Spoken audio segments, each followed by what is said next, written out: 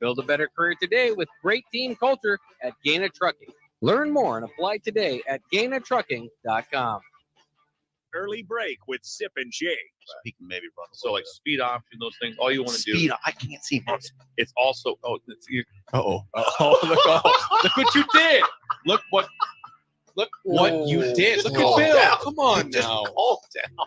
I don't say anything about semicolons or should there be a Word parentheses or Too many commas over there. too many Zip. Come on. run-on sentences. Don't talk about that. It's not my wheelhouse. Early break with Sip and Jake from 6 to 8 every weekday morning. The Mill Coffee and Tea inside our 93.7 The Ticket studio is now open 7 days a week. From 8 a.m. to 5 p.m. on weekdays and 8 a.m. to 1 p.m. on Saturday and Sundays, you can enjoy burritos, cinnamon rolls, fresh brewed coffee, delicious tea, or even their coffee and cream ale. Sold exclusively at the Ticket Mill location. Open 8 a.m. to 5 p.m. on weekdays and 8 a.m. to 1 p.m. on the weekends, right here at 1040 O Street in downtown Lincoln.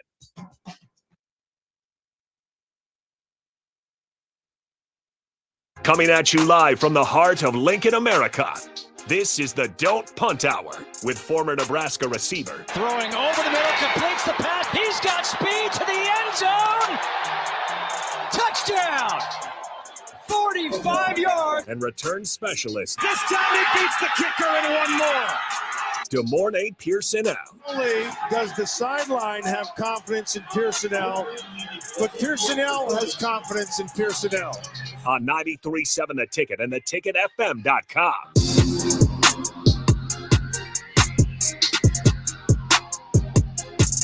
All right, welcome back in to Ticket Weeknights. Once again, Harrison Arns on the ones and twos. As always, once 6 o'clock hits, if you guys want to join in, we got Royals on the airwaves, but streams go on all social media platforms: Facebook, YouTube, Twitch, Twitter, Allo, Channel 961, and we'll keep the Starter Heyman text line open as well, 402-464-5685.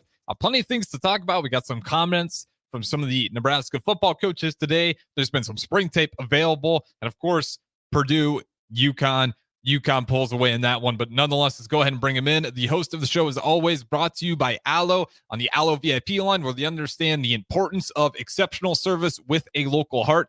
Good morning, Pierson-El. How's it going on this Tuesday night? Wonderful, enjoying this lovely weather finally.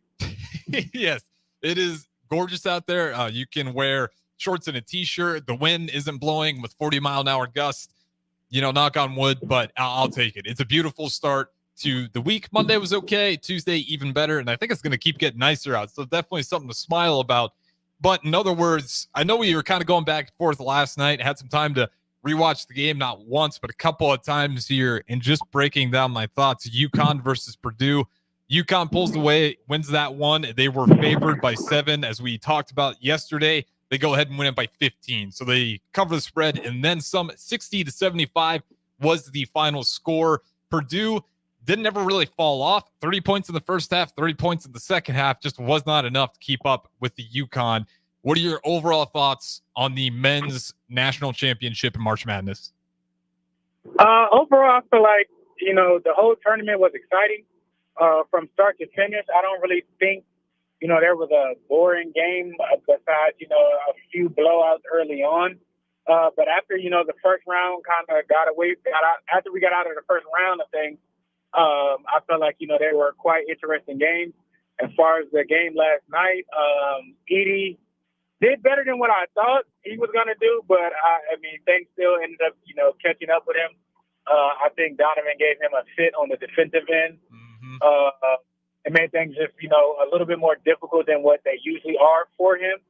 And I think that showed up throughout the whole game.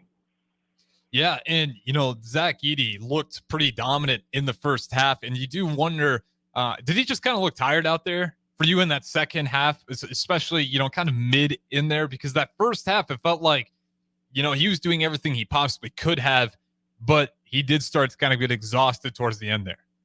When Donovan wasn't on the floor, I seen, a lot more of what he was doing in the first half come out. And then when he was back out there on the floor, he was kind of like lazy ball a little bit. Mm-hmm.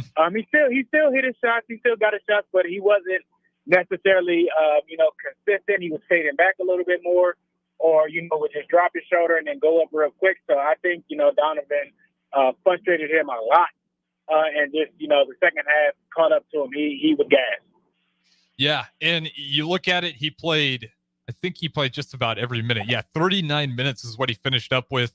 Looking at the starters, I'll get into it later, but the real disappointing thing was how I talked about it. If they're going to win this game, you're going to need some pretty good three-point shooting, and their starters, one made three between all of them for Purdue Boilermakers anyway. But Zach Edey, his stats wasn't a bad game for him. Keeps with his 2.2 block average, gets 2 blocks, 3 turnovers, not great there, but 37 points. And again, 15-25 shooting. You'll take that. 7 to 10 from free throws, rebounds, 10 rebounds as well. So 37 point, 10 rebound, double-double.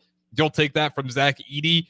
But my whole thing was it's going to have to come from the supporting cast. When you have Kaufman, again, not a three-point shot, so you weren't thinking maybe that's his game. But a guy like Braden Smith just couldn't get open. Lawyer couldn't get open. Jones couldn't get open. Their guards, as we talked about, they just looked completely smothered by UConn. And that offense with Max Painter, it's not the most creative offense. There's not a ton of off-ball movement, which I'm not sure if that's intentional or if guys were just having a hard time finding openings in the perimeter.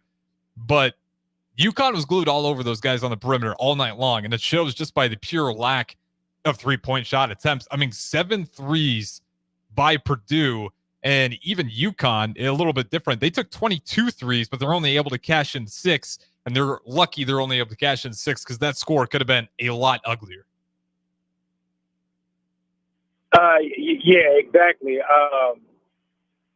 UConn, they're up pace. I feel like that Purdue's guards weren't confident after, I would say, late into the first half. Second half, they were completely out of it. UConn was moving around. They were doing, simple basketball, cutting and screening, just wearing out, Purdue's guys from 1 through 5. And second half, I think, that's when UConn just, pushed the pedal down, and they didn't, take any prisoners. They played big boy ball. If it was in transition, they did that better. If it was, half court offensive scoring and everything like that, they got just about anything that they wanted. And they hit the threes hit when they needed them the most. So I know it was on the numbers weren't great, but they hit the big shots when they definitely needed them. Yeah, definitely had the more key moments there. I was just really impressed by UConn's guards. Their athleticism, it certainly showed to me the most in that game, and I was kind of one of the worries if, obviously I was rooting for Purdue, not because I'm a Boilermaker fan, but we want some Big Ten recognition.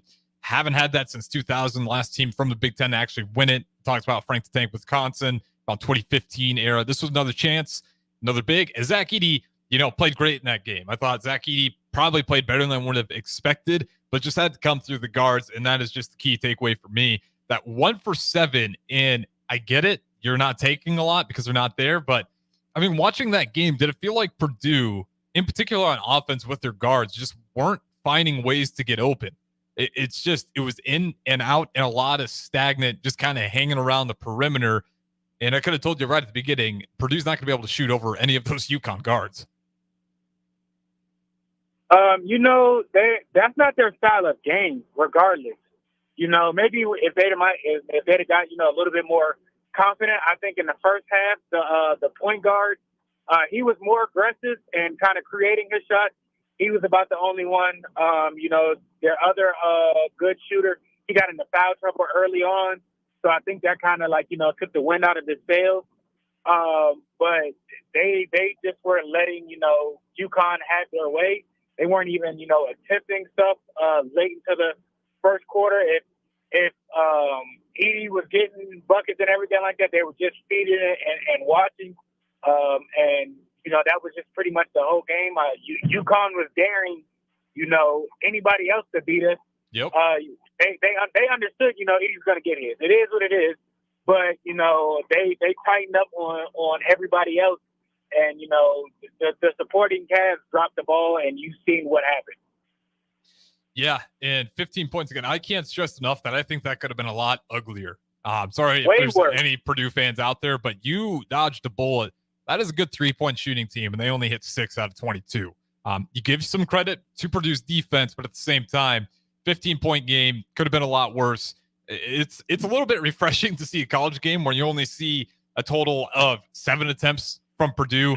UConn took 22 of them, but again, refreshing playing through the big. It just didn't look creative enough for me.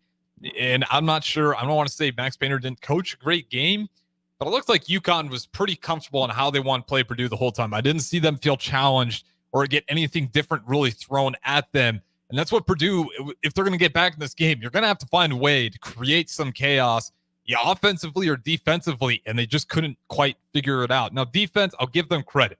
You held UConn to a pretty poor 3-point shooting number, but you weren't doing much on the offensive end yourself. You accept it that you only took 7, but you got to work harder on the perimeter. I mean, that felt like a game where you're putting everything on Zach Edey. Zach Edey needs, 50 points to try to pull that game out?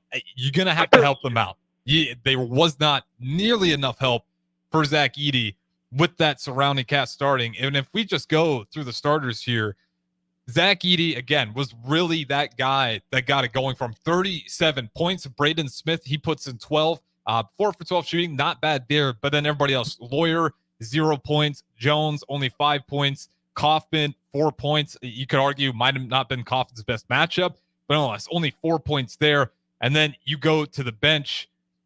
Heidi, only 2 points. That's the entire bench for Purdue. There was Zach Edey, and that's pretty much it. And then Braden Smith with a few big shots. Like, that was the most frustrating thing to me was like, man, Purdue has got a guy. Zach Edey came out here to play, and it just felt like nobody else could. And, that's where you give credit to UConn's defense and their guard play. But I was just incredible. Were you expecting this kind of poor performance from the surrounding cast of Zach Edey? Yes. I didn't think they had a chance. That's not their type of ball. UConn is a fast-paced team, and honestly, like with about 7.5, maybe 6.5 minutes left in the game, UConn really slowed down. Yeah, they did. It really could have got out of hand if they really wanted to, but they were protecting the lead and they got out of there with the win. So I mean, they just as well could have got to 85-90 if they really wanted to, all gas, no brakes. And if needed to, they could, but they kind of backed off in that sense. They were getting the right shots and whatnot. But I didn't expect, I expected maybe 1 or 2 guys to kind of step up or show something or at least, attempt something. But they just kind of, again, they dropped the ball. Like, it wasn't no interest. I'm not saying scared or nervous. It's just I don't know if the moment was too big or they were captured by that. But they needed more, and it just it wasn't there. And I mean, or it could have been UConn excellent strategy to lock them down and everything like that. UConn was definitely way more aggressive, way more comfortable, and it showed. Yeah, and this poses the question where I want to go with next. With Purdue and UConn, I think it's fair to say UConn, Dan Hurley, that program's not going to be going anywhere anytime soon. Even if they're losing guys, that is on all wheels firing. I'll imagine they'll reload. I don't think there's a whole lot of discussion there. I'm just saying they're going to win it again and be 3-time repeating champs. That'd be crazy, but definitely a possibility. But with Purdue, you lost Zach Edey. You really probably feel bitter about the double-digit seed early outs when you had Zach Edey earlier. Without Zach Edey, this team's going to have to figure something else out. And what their guard showed me in that championship game, give all the credit to UConn, but it just wasn't enough. If we kind of look through just the Big Ten standings, we see where Purdue sits. Obviously dominated conference play, 17-3, 34-5 overall. Illinois 2, Nebraska 3. But how far does Purdue fall with the loss of Zach Edey? Or do you think despite this, they'll reload, they'll figure it out, and we'll be looking at Purdue leading the Big Ten again in basketball next year? I think it's going to be a huge drop off compared to the SEC, the ACC, and probably UConn's division, which is the Big East, I believe. Mm-hmm. Yep, Big East. It's just a different ball compared to the Big Ten. The Big Ten really didn't have that type of style of playing outside of Illinois, maybe.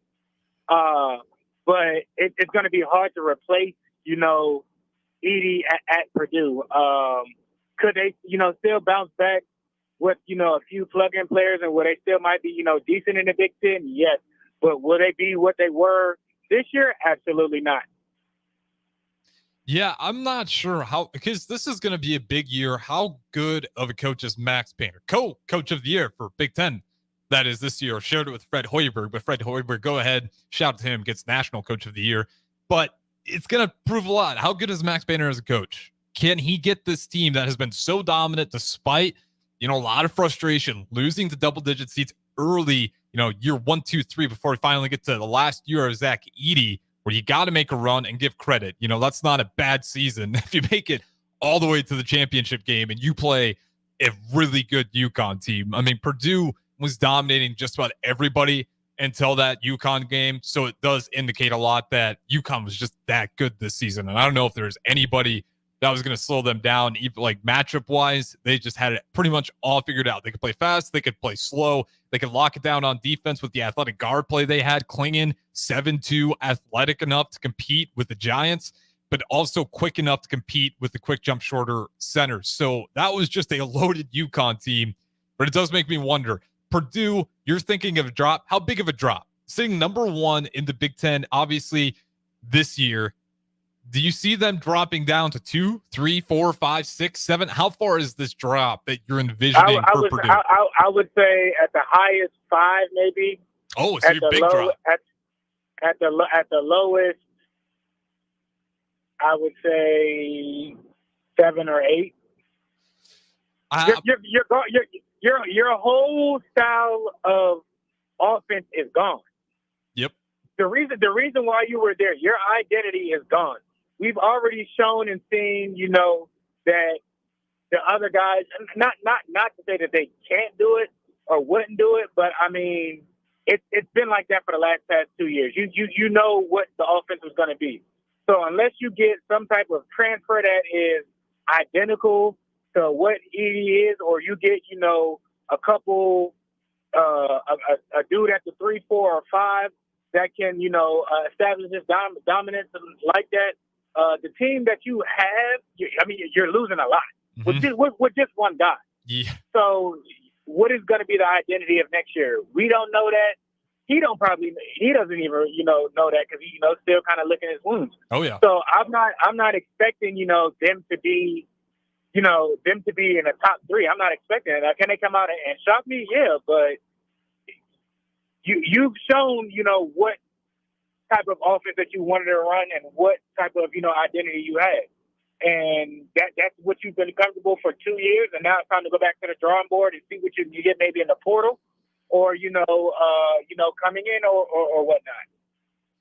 Yeah, I feel this is where this debate gets complicated for me. And this is, I'm going to say it the nicest way possible. Big Ten basketball isn't exactly great. So the drop off, now this is Big East. Purdue's taken a huge drop off because that is so incredibly competitive with some of the best teams in college basketball.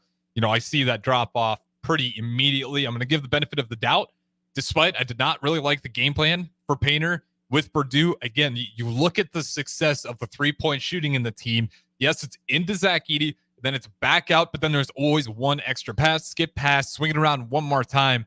And there just was not nearly enough of that in that game against UConn. And I couldn't emphasize enough. They needed to hit threes if they're going to have any chance of pulling that thing away.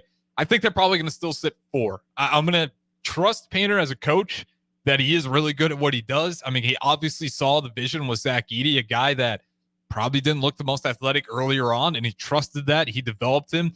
And you look at the guards too, and I'm not going to try to knock on these guys too much, but those guards got way better the longer they stuck around. The development there is something to keep an eye on. So I'm going to give Painter some credit. And I'm going to still say they get that double bye when they get to the Big Ten tournament next year. But of course, not above Nebraska. I think Nebraska has a chance to catch up to them. We'll see what Fred Hoiberg does in the portal. But before we go to break here, I got to talk about one more head coach that is just kind of very surprising from a true blue blood university in Kentucky. John Calipari flirting to be Arkansas's next basketball head coach. How much does that surprise you? Kentucky willing to move on from arguably one of the best coaches in the game. If you can argue about how he's developed those teams with the one and dones. He's had loaded roster after loaded roster. What do you think about Kentucky's move, letting go of the long head time coach? I think they're going to run into the same situation that Nebraska has ran into. It's where do you go after? Where do you go after that? You know, not to knock any of the other coaches, you know, that have came after, you know, Bo Pelini or anything like that. But we've had, you know, 2 winning seasons since Bo was fired. Mm-hmm. So at a place like that, to where I'm not saying it's not his fault.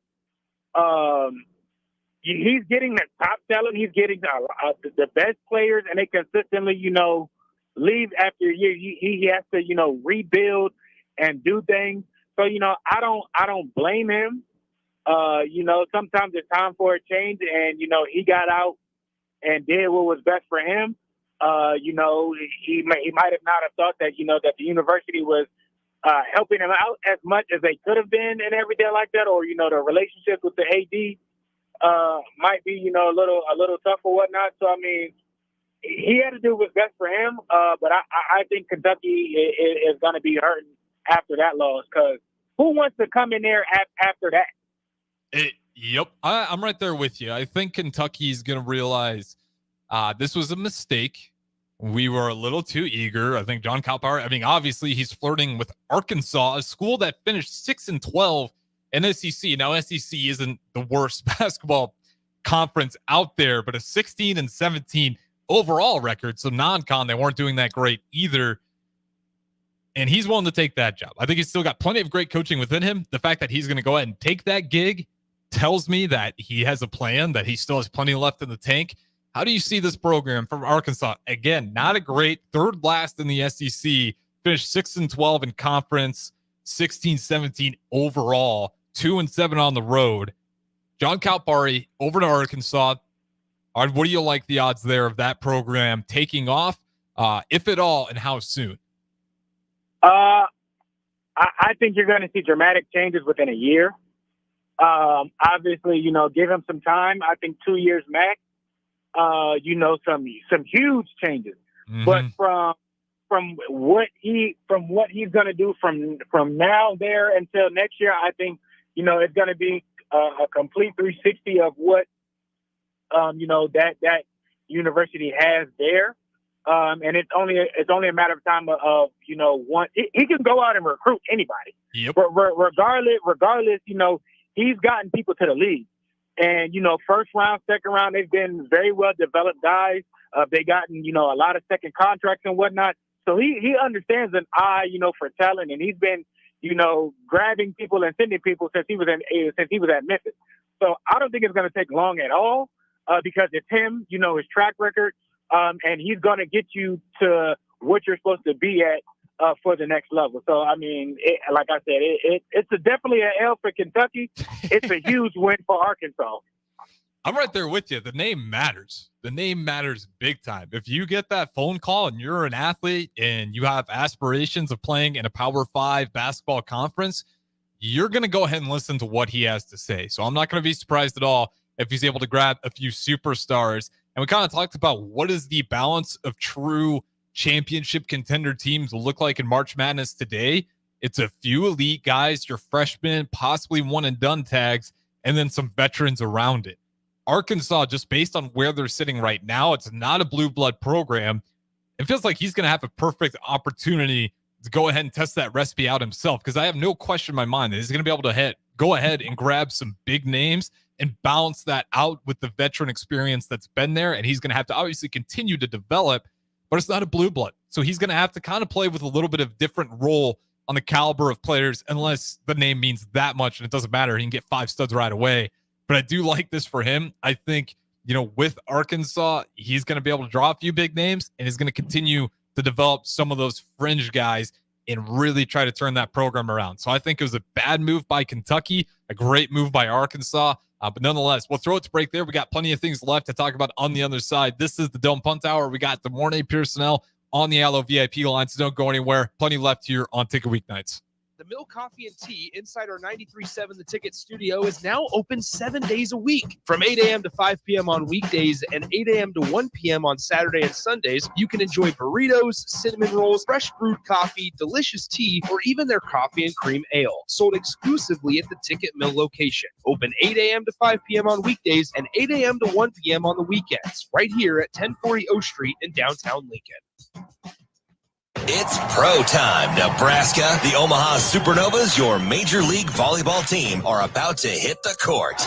Mark your calendars for January 24th at 7 p.m. when we host the first ever Pro Volleyball Federation match against the Atlanta Vibe at the CHI Health Center. Witness world-class talent, including national champions and Olympians. Don't wait. Secure your single match tickets today at supernovas.com. and become a part of history. Who has been serving local contractors and utility contractors all across the state since 1997. When you see the black and white trucks, you know the baddest dudes in the business have arrived. Bauer is currently looking for equipment operators, laborers, diesel mechanics, and aerial linemen. Join the brotherhood built on hard work, authentic people, and pedigree of success. Bauer, a family-friendly company who reminds you, go Big Red! At Allo, we believe in the exceptional. From extraordinary whole home coverage to super fast speeds, our local teams are always on hand to make sure your service is running at top performance. Let go of lag, banish buffering, and enjoy outstanding service throughout your entire home. We believe in delivering nothing less than exceptional service, so that's exactly what we do. Visit us at allofiber.com to experience the exceptional. There's no better way to spark a child's imagination than to get lost in the adventure of a good book. I'm Jenny Benson, president of NSEA. Working together, parents and teachers can help every child succeed. You can help by reading to your child and let your child read to you. Encourage reading in your home and make it a priority. Make reading fun and a time that you and your child look forward to spending together. Sponsored by the Nebraska State Education Association, aired by the Nebraska Broadcasters Association on the station. A lot of work goes into making Nebraska, Nebraska. Keeping it green. Helping it thrive. Making it fun. Everything that goes into caring for our outdoors, from waters to wildlife, plays a big role in making Nebraska home.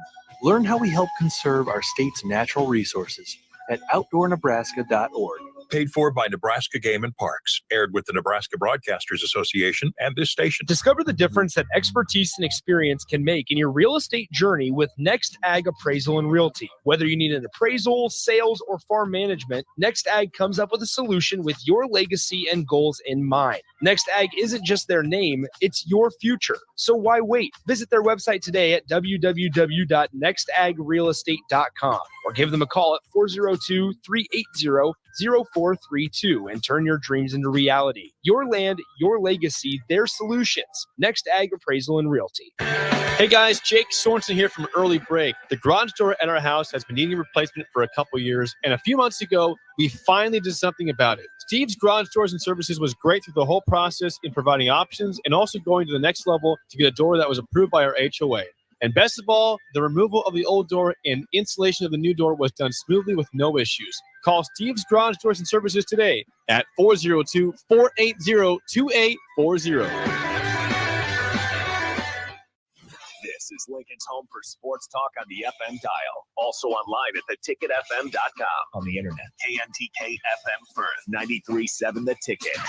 Are you searching for a helping hand in life? Look no further. Integrated Behavioral Health Services is your answer. They're your compassionate, trusted partners committed to guiding you from challenges to triumphs. Their licensed professionals offer personalized therapy for individuals, couples, and families. At IBHS, the focus is you.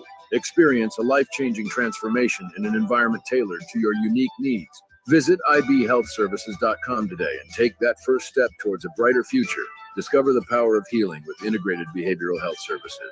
You're not alone. Let them walk this journey with you. Gaina Trucking is hiring CDL Class A and B drivers. Gaina Trucking guarantees a 40-hour work week year-round.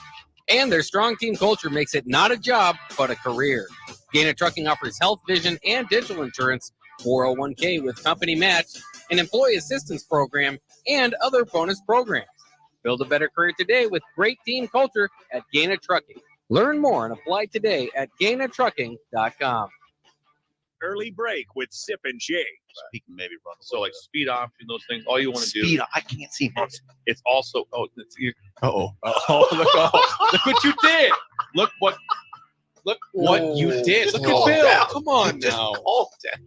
I don't say anything about semicolons or should there be a Word parentheses or Too many commas over there. too many Come on. run-on sentences. Don't talk about that. It's not my wheelhouse. Early break with Sip and Jake from 6 to 8 every weekday morning. The Mill Coffee and Tea inside our 93.7 The Ticket studio is now open 7 days a week. From 8 a.m. to 5 p.m. on weekdays and 8 a.m. to 1 p.m. on Saturday and Sundays, you can enjoy burritos, cinnamon rolls, fresh brewed coffee, delicious tea, or even their coffee and cream ale. Sold exclusively at the Ticket Mill location. Open 8 a.m. to 5 p.m. on weekdays and 8 a.m. to 1 p.m. on the weekends. Right here at 1040 O Street in downtown Lincoln. It's pro time, Nebraska. The Omaha Supernovas, your Major League Volleyball team, are about to hit the court. Mark your calendars for January 24th at 7 p.m. when we host the first ever Pro Volleyball Federation match against the Atlanta Vibe at the CHI Health Center. Witness world-class talent, including national champions and Olympians. Don't wait. Secure your single match tickets today at supernovas.com. and become a part of history.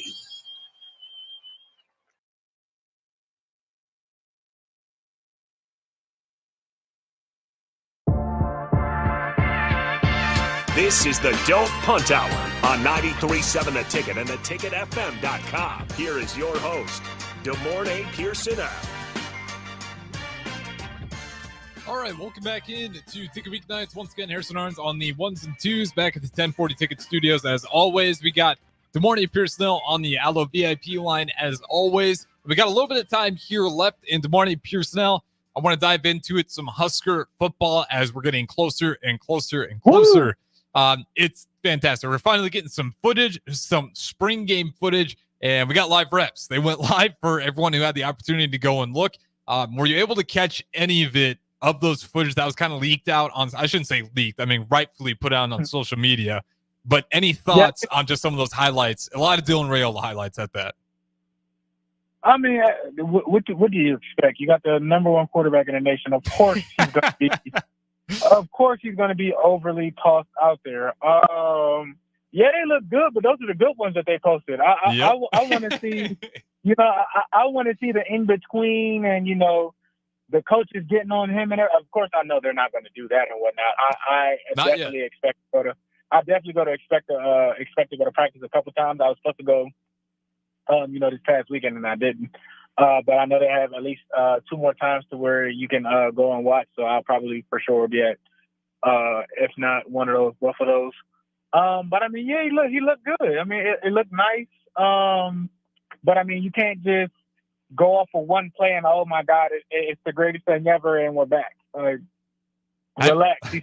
Have you been aware of how the Husker fans, how we do it around here? That's all it takes, man.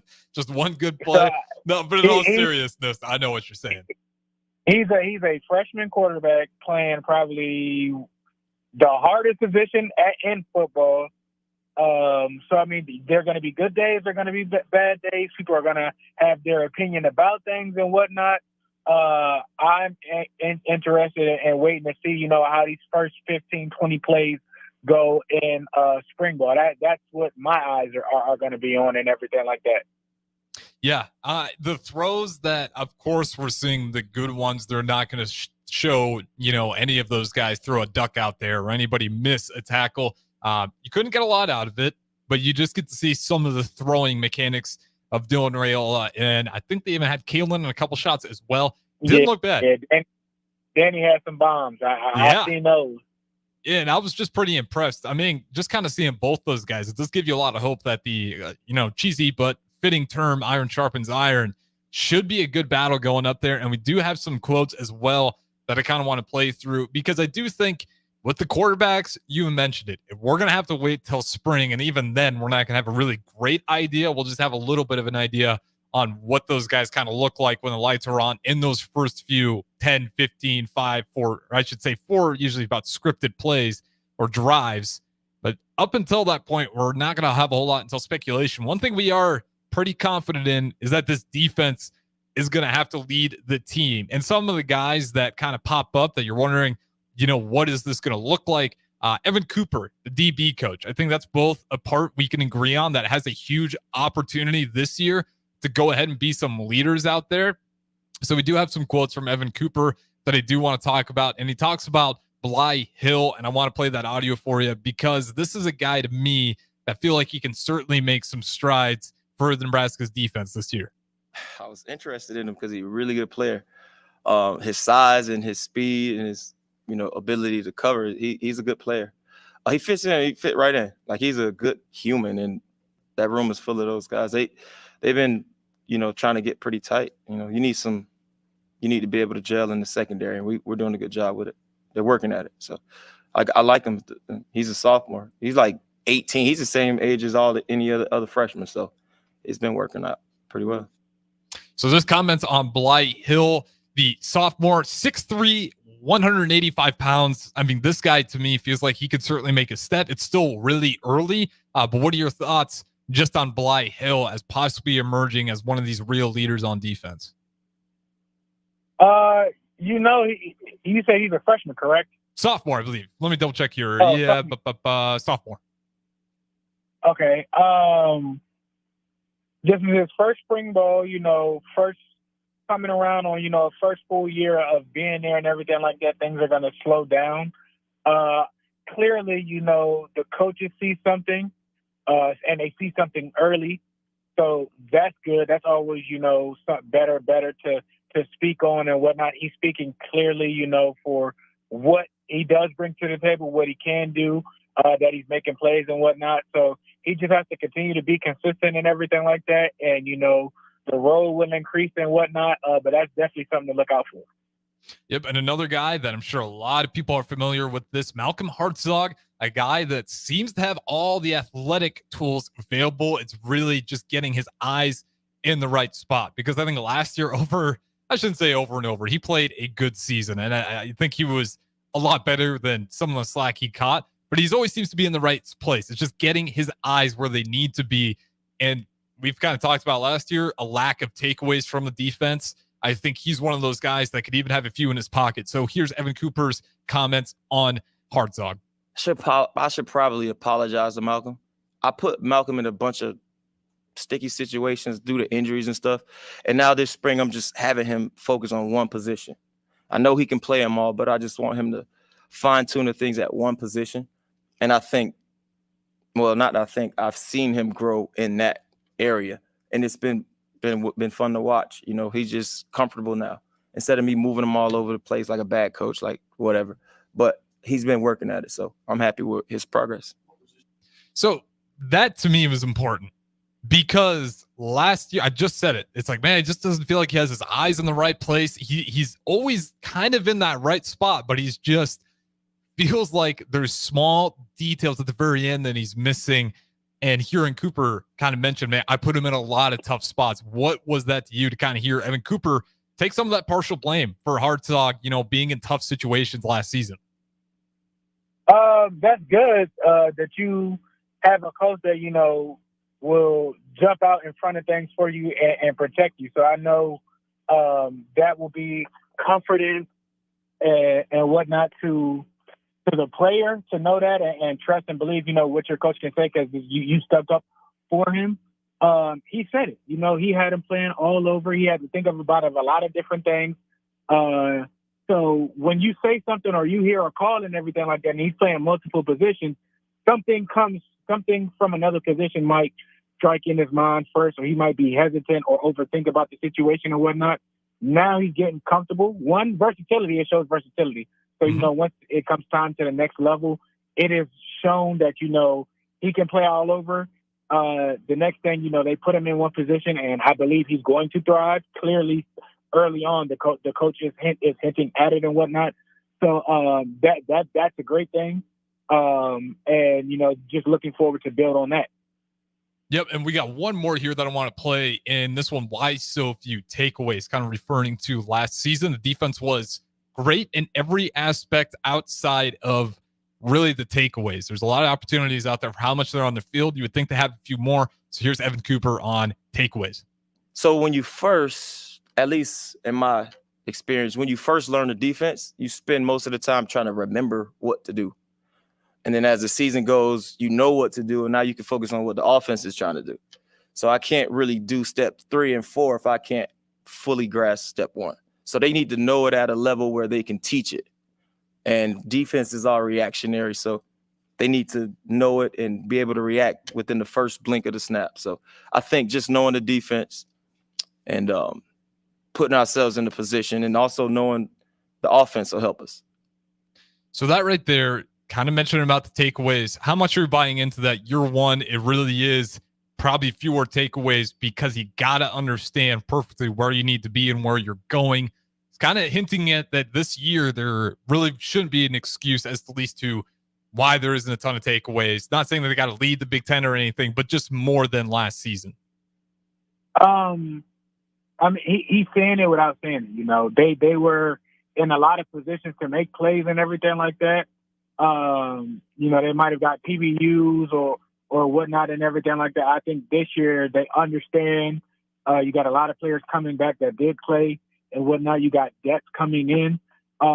It's always better being more comfortable and knowing what to do. So now you can only focus on catching, you know, the younger guys up or the new people up and whatnot. Everybody is a little bit more familiar with things, so it's easier and you grasp it a lot more. That takes the thinking out of the game because we already know what to do. Now it's just, okay, well, I see this, I recognize that, make a play. So I definitely think, you know, that is something that will be up from last year to where guys aren't thinking as much. They'll see it, understand it, make a play because they're more comfortable with knowing what's expected and what to look for, how to, you know, digest it and go make a play and be an athlete.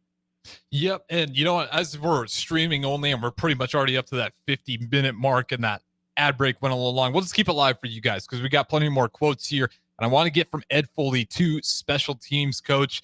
And this feels like a great topic, especially this is the Don't Punt Hour. We got Ed Foley on the punt return competition. If you're curious, who's going to be back there? Who's kind of the leading candidates, if anybody, right now for Nebraska football? Ethan Nation's working at punt returner. You know, Isaiah Garcia Castaneda is a guy that's doing it, but he's limited in terms of his injuries. So, you know, Ethan's taking some reps back there. There's some other young player. Beyond him, like because he's done it a little bit on the field for us and he's working. Like he came out, we would have the jugs out there right after the signing date and he'd go out there and catch 30 or 40 a day. And the issue here the issue anywhere, but like especially here is like tracking the ball. We have a bunch of guys that can catch a punt. It's the actual watching the ball and with the wind conditions. And then, you know, we go from jugs to, you know, Jacob Hull's doing some punting for us. So they go from Brian to Jacob to the jugs. And then you got, like I said, if you're on the turf field, you got a crosswind. If you're on the grass field, you got the wind either in your face or at your back. So all those things are the guys are making really good progress with that. Other guys other than those two are making progress with it. But, you know, we got to build. My job is to build, you know, we got to get 4 or 5 guys that can do that. As you know, we ran into that a little bit last year where we had some injury issues with that. And, you know, it was, and we need a major improvement in that area. So DPE, I can only really refer to you. I mean, one of the most electric punt returners here at Nebraska we've had since, you know, I'll just be honest, since you graduated, we haven't had somebody really kind of be up to that level. He mentions East Nation. He mentions Isaiah Garcia Castaneda, which I thought, you know, interesting. Good to see him get that. Obviously, with the injuries, he kind of cautioned about throwing him in a ton of reps. But how much truth is that with Ed Foley saying, you know, just getting guys, especially around this Nebraska area, everybody can pretty much catch the ball. It's just tracking it in the air. And what did that take for you to kind of get to that level of expertise where you're not even really sweating it back there? I'm worrying about dropping it. outside of maybe one or two guys, he's not really comfortable with what they have, meaning that they still got to work on it. The cross ran and everything like that, I get that. It's different and whatnot. And, the wind does definitely, play a major role. Something that comes with that is, over-explaining, a lot of reps, a lot of practice, and that comes with time. So, that's just something that as they get, things going and more, catching punts before practice, pre-practice, and then catching punts, after practice, and kind of making it fun, getting dudes, comfortable back there. I remember, Coach Brown taking us through a gauntlet, spraying us with water, having us catch, wet balls, throwing tennis balls past us, throwing Bosie balls past us just to get, used to people being in your face or somebody bumping you and catch it. So you got to create, real life game situations to where they're comfortable in their ability and confident. And as that continues and as that grows, you'll start to see, people take steps and take leads over things and whatnot. How long was it for you? Because were you a punt returner in high school as well? Yeah. So when you got to the college level, was there a jump? Was it a lot different, or were you pretty comfortable quickly, even at the college level? I was pretty comfortable at the college level. I had a college kicker, Chris Blewett. He played at Pitt. He was a kicker for the Redskins for a little bit, and he's actually in the UFL this year. So I had him for 3 years in high school. So, and he had a rocket for a leg. So I'm used to, driving balls, how to gauge the point, kind of guessing, where the ball is going to be at or where I need to be at, whichever way the wind is going. It counts, 5 to 3 yard distance and that. If you're kicking into the wind, if he's kicking, with the wind and whatnot and everything like that. So I kind of, expected certain stuff. And now it was just, watching the point of the ball. Is it staying up and still driving? Is it coming down? It's going to be short, or is it just hanging and floating? So you just got to understand, what the kicker likes, like the type of ball he likes to punt, or he typically will punt, and kind of, already be in that position. And if the point is up, it's going far. If the point's coming down, it's going short. And if it's floating, you might have to take a step or two back. So just understanding the situation of what to expect, and you'll be ready for, whatever situation it is to catch the ball.